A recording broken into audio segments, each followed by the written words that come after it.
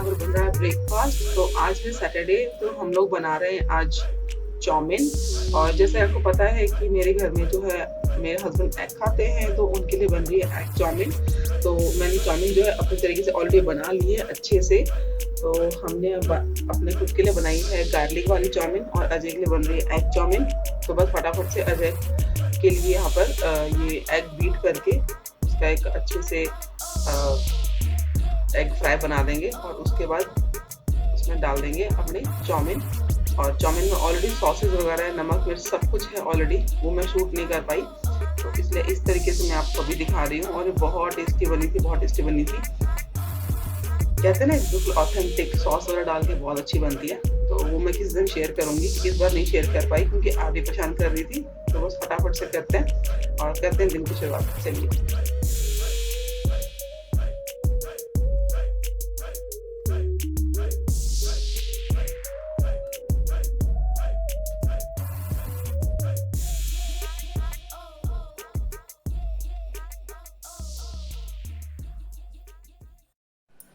Hey guys, welcome back to my channel. और बहुत आवाज़ हो रही है, बहुत आवाज़ हो रही है ऊपर, इसलिए मैं ज़ोर से बोल रही हूँ। और आज है सैटरडे, सुबह का लंच सुबह का ब्रेकफास्ट हो चुका है और झाड़ू अजय ने लगा दी है। तो thank you so much Ajay, जो आपने मेरा छोटा सा काम कर दिया है।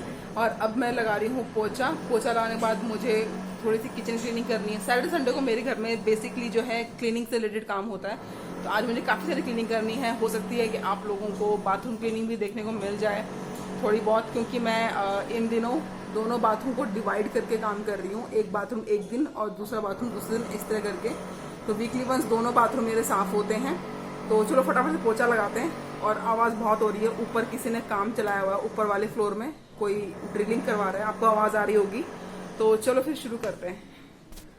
पर मैं आ चुकी हूँ अपने रूम को ठीक करने के लिए। इसमें से काफ़ी ज़्यादा काम जो है मेरे हस्बैंड ने ऑलरेडी कर दिया था, जैसे कि आप भी जितने भी खिलौने बिखरती है उसको दोबारा से जो है सेट करना और थोड़ी सी डस्टिंग करना और बेड भी ठीक कर दिया। तो काफ़ी जो है मेरा कम से कम भी आधे घंटे का काम जो है मैं फ्री हो चुकी हूँ। तो बचे हुए काम को अब मैं खुद कर दूँगी। तो मुझे बस लगाना है अब पोछा। ऑलरेडी जो है झाड़ू मेरे हस्बैंड लगा चुके हैं, तो काफ़ी हद तक मेरा काम जो है आसान हो गया है। ऐसा ही होना चाहिए वीकली वंस जो है, अगर आपको थोड़ा सा भी हेल्पिंग हैंड मिल जाता है तो आपके लिए बाकी काम करना बहुत आसान हो जाता है। और आप अपने बचे हुए काम से भी काफ़ी सारी चीज़ें जो है कर सकते हो। घर में से झाड़ू पोछा बर्तन कपड़े यही काम नहीं होते, और भी बहुत सारे काम होते हैं जो आपको करने के लिए टाइम चाहिए होता है, जो आपको यूजुअली बाकी वीकडेज पे टाइम नहीं मिलता है। तो मैं यहाँ पर जो है इस पोछे से पोछा लगा रही हूँ, इस डंडी से पोछा लगा रही हूँ। आपको तो पता ही होगा कि एक टाइम बहुत क्रेज था इन पोछों का, जिसे आप लोग कहते होंगे। मेरी ये कंपनी है गाला की, तो इसमें पूरी किट आती है, अच्छी सी बास्केट आती है और सब बहुत सारी उसमें चीज़ें होती हैं पानी भरने की, ड्रेन करने की। तो शुरुआत में मुझे इसका बहुत क्रेज़ था, लेकिन जैसे जैसे मुझे ऐसा लगा कि इस पे जो है इसका रिज़ल्ट अच्छा नहीं है, तब से फिर मैंने इसको यूज़ करना छोड़ दिया। तो इस तरह मैं इस पोछे को यूजुअली ज़्यादा यूज़ नहीं करती हूँ, क्योंकि मुझे इसकी सफाई बिल्कुल भी पसंद नहीं आती है। तो ये मैं आ चुकी हूँ अजय के रूम में, यानी कि हमारा दूसरा रूम किड्स बेडरूम में। तो यहाँ पर मैं इस वक्त पोछा लगा रही हूँ। झाड़ू ऑलरेडी पूरे घर की लग चुकी थी, जो कि मैं आपको पहले बता चुकी हूँ। तो इस पोछे की जो है माइनस पॉइंट ये है कि ये माइक्रोफाइबर होने के बाद भी जो है जो कचरा है ये पीछे छोड़ता है, तो मुझे बिल्कुल भी पसंद नहीं आया।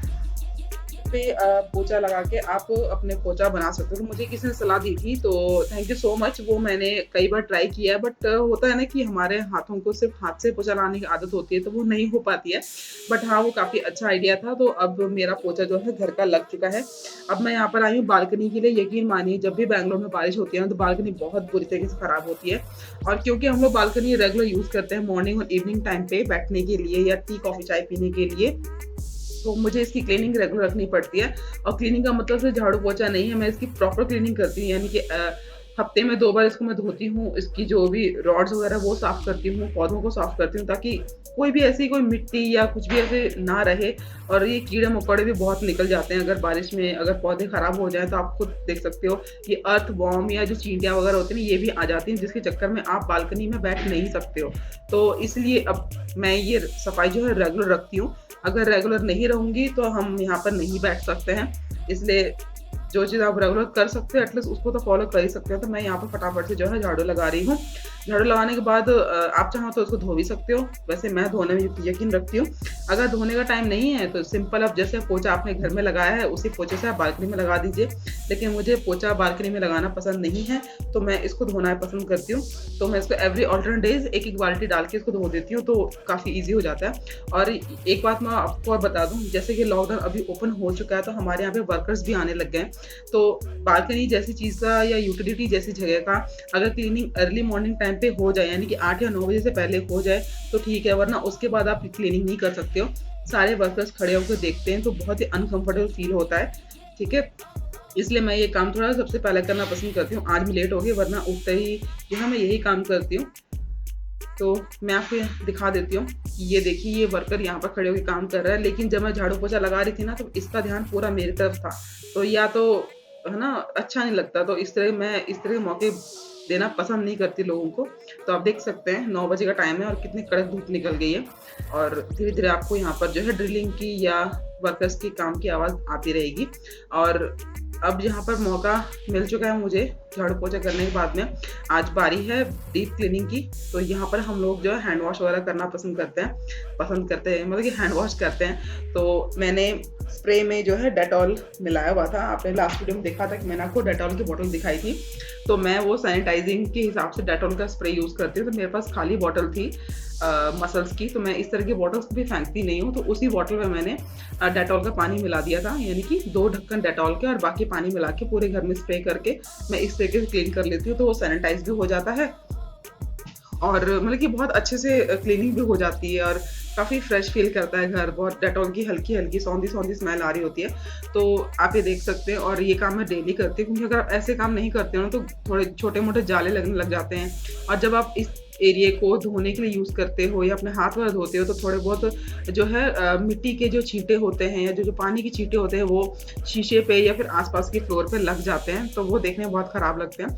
और इस सिंक को मैं जो है वीकली या 15 दिन में एक बार साफ करती हूँ, क्योंकि ये सिर्फ आरवी के ब्रश करने के लिए काम आता है। क्योंकि बाकी जो सिंक है वो थोड़ी सी ऊंची है तो आरवी खड़ी नहीं हो पाती है, तो हम इसका यूज़ करते हैं उसके ब्रश वगैरह के लिए। और हम लोग बेसिकली हैंड वॉश वगैरह यहाँ पर करते हैं। तो मैंने यहाँ पर जो है रेड हार्पिक से इसको साफ़ कर दिया है और यकीन मानिए बहुत ही ज़्यादा गंदा था। अच्छा हुआ मैंने आज साफ़ कर दिया। तो बस फटाफट से मैं इस तरीके से पूरे एरिया को साफ़ कर दूँगी और इसके बाद हम लोग चलेंगे किचन का क्लीन करने के लिए। किचन मेरा ऑलरेडी क्लीन हो चुका है, क्योंकि अभी तक लंच नहीं बना है। तो मुझे लगा कि अभी ये जो सिंक है बिल्कुल फ्री है तो मैं इसकी क्लीनिंग कर देती हूँ। तो ये भी वीकली वंस जो है होता है। तो वैसे तो मैं एवरी वीक जब भी मैं कोई बर्तन वगैरह धोती हूँ तो मैं थोड़ी साफ़ कर देती हूँ। लेकिन इतना डीप क्लीनिंग आप डेली नहीं कर पाते हो, क्योंकि आपके पास दूसरे काम भी बहुत होते हैं, जल्दबाजी में आप ये नहीं कर पाते हो। तो सैटरडे संडे में हम वो फ्री होते हैं तो हम ये काम कर देते हैं और मैं बहुत ही अच्छे तरीके से इसको क्लीन करती हूँ।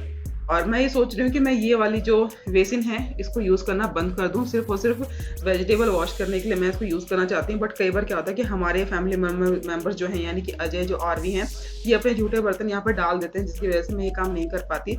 जबकि मैं क्लीनिंग हमेशा ये सोच के करती हूँ कि अब से मैं इस बेसिन को, जो भी हमारा ये बर्तन धोने की जो जगह है, इसको मैं अब फ्रूट्स या वेजिटेबल्स धोने के लिए यूज़ करूँगी। मुझे किसी ने आइडिया दिया था तो मुझे बहुत अच्छा लगा, लेकिन मैं वो आइडिया फ़ॉलो नहीं कर पा रही हूँ।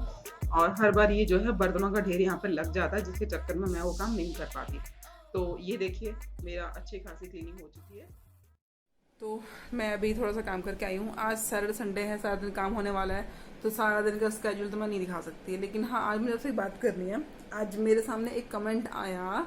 कमेंट था, मैंने आपसे आई थिंक 1-1.5 महीने 2 महीने पहले मैंने एक वीडियो बनाई थी। उस पर मुझसे कपूर करके एक आईडी थी, उसने पूछा था कि आपके पेरेंट्स ने ऐसे घर में आपकी शादी क्यों कर दी, है ना। और मुझे क्या बोला था उन्होंने, कुछ इस चीज़ से रिलेटेड पूछा था। तो मुझे लगा कि चलो मैं आज बताती हूँ।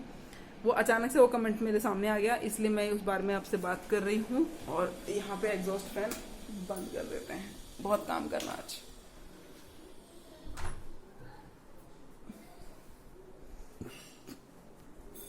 है ना। तो क्या कहते हैं, तो मैं यहाँ पर आपको बता दूँ कि मेरी शादी जिस हालातों में हुई थी उस हिसाब से काफ़ी अच्छे तरीके से हमारी शादी मेरी मदर ने करवाई थी।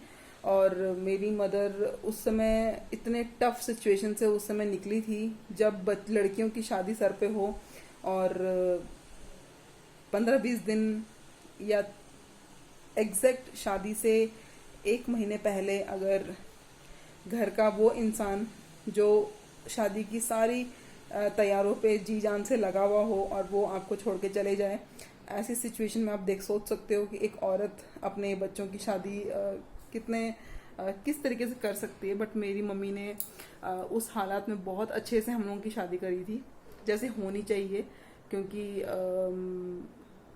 और वो जाने वाला इंसान कोई और नहीं था, वो जाने वाला इंसान मेरे पापा थे जो हमें छोड़ के चले गए थे। और एग्जैक्ट उस 7 जनवरी को मेरे पापा की डेथ हुई थी और 16 फरवरी की हमारी शादी थी।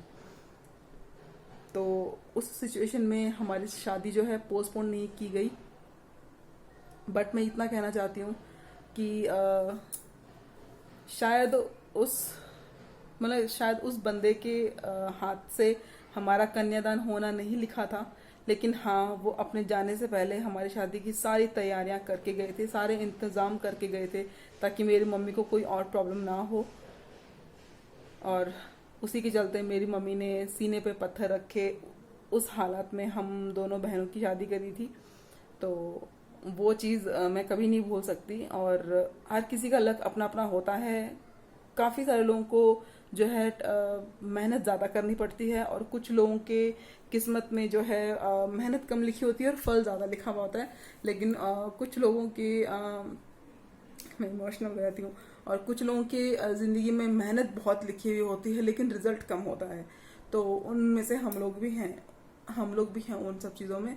तो मेरी मदर ने बहुत अच्छे से शादी करी थी और सब कुछ अच्छा था। हमारी किस्मत ऐसी है, हर इंसान अपनी किस्मत लिख कर लेकर आता है, माँ बाप डिसाइड नहीं करते कुछ भी। माँ और कोई भी माँ बाप अपने बच्चों के लिए बुरा नहीं सोचता, कभी भी हमेशा अच्छा ही सोचता है। और कुछ चीज़ें आपको अपनी मेहनत से गेन करनी पड़ती है, कुछ आपका लक साथ देता है, कुछ आप किस्मत से लिखवा के लेकर आते, तो बहुत सारी चीज़ें ऐसी होती हैं। तो मेरे पापा अपने जाने से पहले सारी जो तैयारियां हैं वो करवा के गए थे ताकि हमारी शादी अच्छे से हो सके। तो जैसी होनी चाहिए थी वैसी हुई थी। तो हम लोग खुश हैं उस चीज़ से। बाकी हैप्पी मदर्स डे मम्मा। शायद ये वीडियो जो है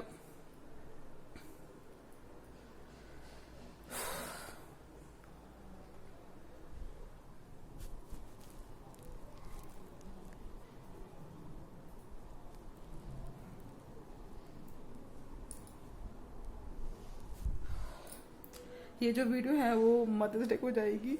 तो